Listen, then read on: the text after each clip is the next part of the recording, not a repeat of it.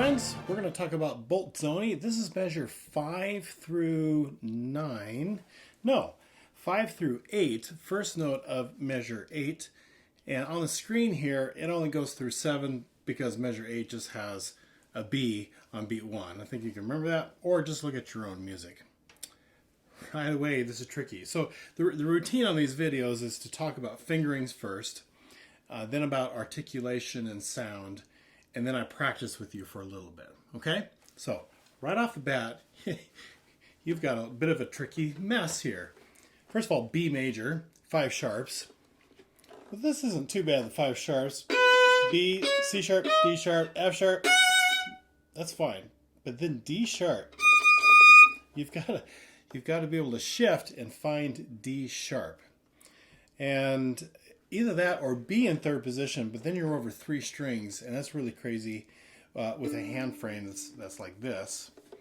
I don't think your director is going to want you to do that. So you're going to have to find a way to shift in this slur, which we generally don't do. We like to try to shift on bow changes and things like that. But this one I got to do in the slur. Well, there are 2 ways of doing it. One is just to shift for the D sharp. And you're thinking, how in the world am I going to find D sharp? Well, if you go to first finger A, whole step B, whole step C sharp, whole step D sharp, you'll find it. Shift. There's my D sharp.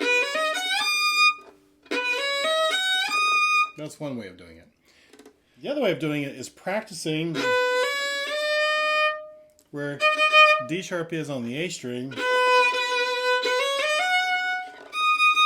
That one's a little bit trickier because we're not used to going to D sharp. We're used to going to D, not D sharp.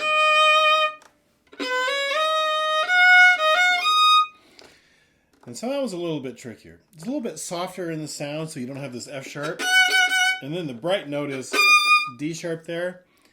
Either way, it works, in my opinion. I think you can go do that either way. So I don't know. I've done it both ways.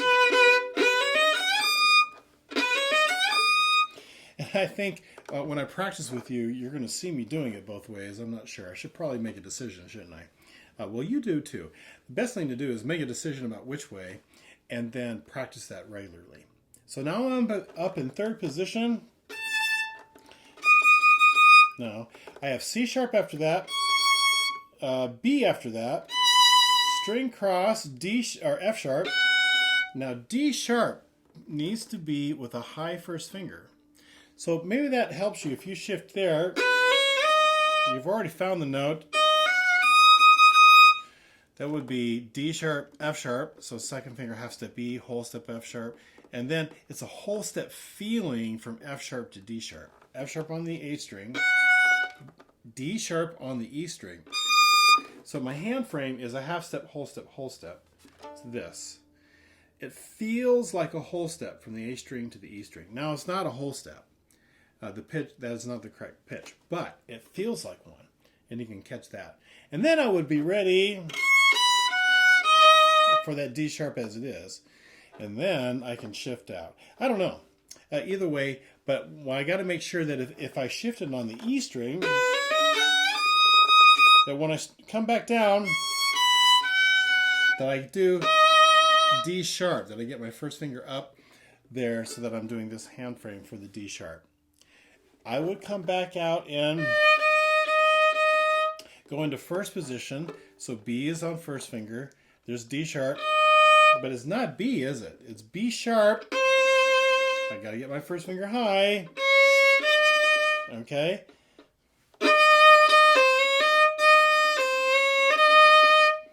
So there's that. Then I would shift to third position. Okay, so that I can get myself up there. Up to third position, I would do it on that F sharp. And then I've got this. A sharp, G sharp, I would shift out here. A sharp, F sharp. I would go ahead and play open E because it's fast. F sharp, string cross, D sharp, E natural, C sharp, D sharp, and the last note is a B.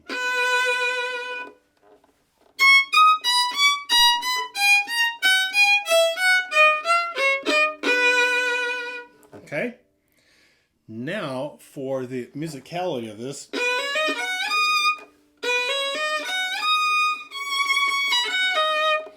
you want to grow into that D sharp. You've got a crescendo that goes into it. So what you have to do on a slur is you have to save your bow and then use a bunch of bow to make that crescendo. And then I'm there at the tip. Got to have some weight in the bow.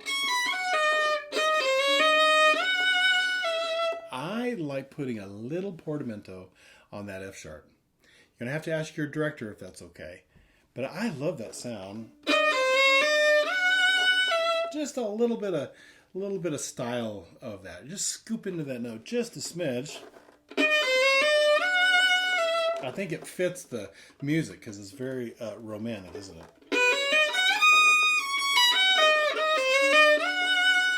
Not too much, okay?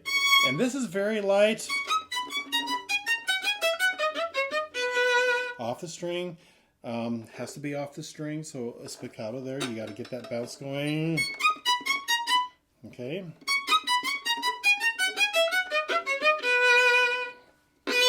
And then when you get to there, now it does say rallentando, so you do want to slide down a little bit, okay?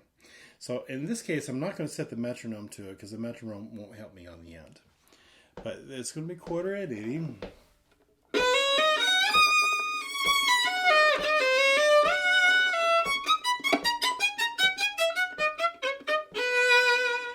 That's how that's going to work. Okay, so let's do a little bit of practicing. Here we go. 1, 2, 3.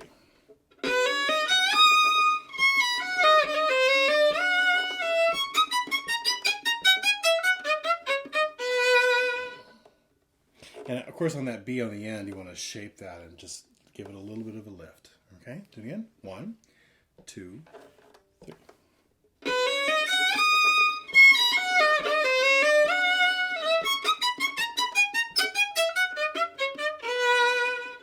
One, two, three. I had a funny goofy in there. Let's try it again. 1, 2, 3.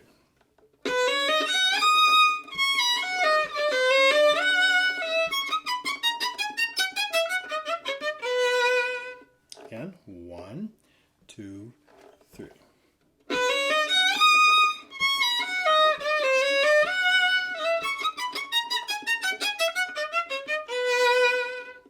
Last time. 1, 2, 3.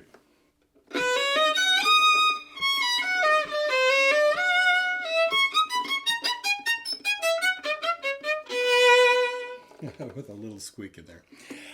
I don't like editing out mistakes because I want you to understand that we all make mistakes all the time. Things just happen, right?